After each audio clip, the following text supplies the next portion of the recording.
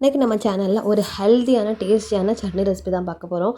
உங்கள் வீட்டில் கருவேப்பிலை நிறைய இருக்கா? கருவேப்பிலை வச்சு ஒரு சூப்பரான இன்ஸ்டண்ட்டான சட்னி தான் எப்படி செய்யலான்னு பார்க்கலாம்.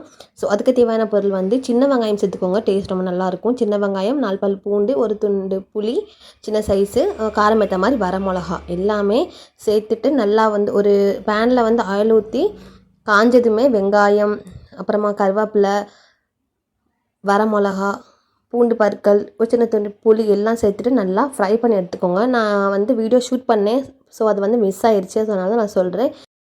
கருவேப்பிலை மட்டும் கொஞ்சம் வந்து கருகிராமல் லைட்டாக வாசம் வந்தால் வரைக்கும் அதுக்குனா போதும்.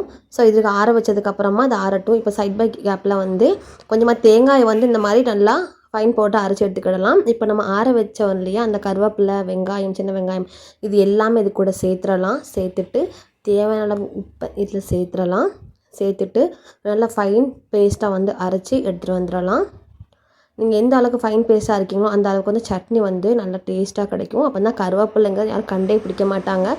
அவ்வளோ டேஸ்ட்டாக இருக்கும். தேங்காய் சட்னி மாதிரி தான் டேஸ்ட்டாக இருக்கும். பட் வந்து இது ரொம்ப ஹெல்த் பெனிஃபிட்ஸ் நிறையா இருக்குது இல்லையா?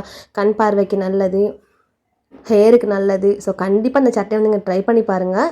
இப்படி சாப்பிட்லாம். கொஞ்சமாக தாளிப்பு இது கூட கொஞ்சமாக கடுகு, உளுந்தம் பருப்பு, கருவேப்பிலை போட்டு தாளித்தா டேஸ்ட் எல்லாமே அட்டகாசமாக இருக்கும். இது இட்லி தோசை கூட சூப்பரான காம்பினேஷனாக இருக்கும். ஸோ கண்டிப்பாக நீங்கள் வீட்டில் ட்ரை பண்ணி பாருங்கள். சின்ன குழந்தைங்க பெரியவங்க வர விரும்பி சாப்பிடுவாங்க. இந்த ரெசிபி உங்களுக்கு பிடிச்சிச்சின்னா லைக் பண்ணுங்கள், ஷேர் பண்ணுங்கள், மறக்காமல் நம்ம சேனல் சப்ஸ்கிரைப் பண்ணுங்கள்.